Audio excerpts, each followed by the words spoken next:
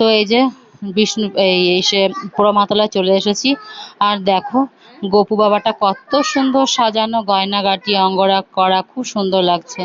আর এই যে যে দোকানে আমি জিনিসপত্র কিনতে গেছিলাম আমার গোপু বাবাদের জন্য, তো সেই দোকানে গোপু বাবাটা কত সুন্দর, এত সুন্দর ঠাকুরটা, আমার তো মনে হচ্ছিল আমি তুলে নিয়ে চলে আসি, কিন্তু আমার তো বাড়িতে গোপু বাবা রয়েছে, আর এতগুলো গোপু বাবা নিয়ে কি করে সেবা করব, পারবো না আমি।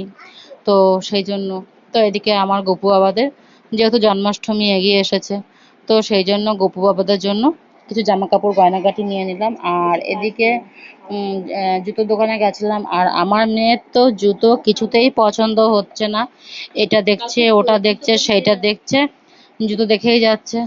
তো লাস্টে বকা দেওয়ার পরে আমি তো একটা জুতো নিল, পছন্দ হলো। আর এদিকে আমার যে জুতোগুলো পছন্দ হচ্ছে সেগুলো সাইজে হচ্ছে না, সাইজে হচ্ছে সেগুলো পছন্দ হচ্ছে না। আর এই দেখো জুতো কিনতে কিনতে এদিকে এত পরিমাণে বৃষ্টি নেমেছিল, মানে জুতোর দোকানে অর্ধেক মানে ভিজে গেছে। আর এখানে কত সুন্দর সুন্দর জুতো, কিন্তু যেটা পছন্দ হচ্ছে সেটা পায়ে হচ্ছে না। তো তারপরে চলে গেলাম কিছু কসমেটিক নেওয়ার জন্য, আর একটু মেকআপ নেব, যেহেতু দুর্গাপুজো এগিয়ে এসেছে, তো সেই জন্য চলে গেছিলাম একটু ক্রিম নিতে, আর একটু কসমেটিক, যেহেতু আমি সাজুগুজু করতে ভীষণ পছন্দ করি, তো সাজুগুজুর দোকানে চলে গেছিলাম জিনিসপত্র কিনতে।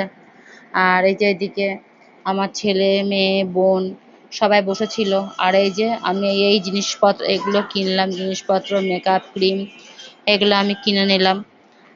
তারপরে এই যে পুটু আর আমার তরিমা চকলেট নেবে, যে পুতুল ক্যান্ডি নেবে বায়না করছিল, তো ওরা পুতুল ক্যান্ডি নিল।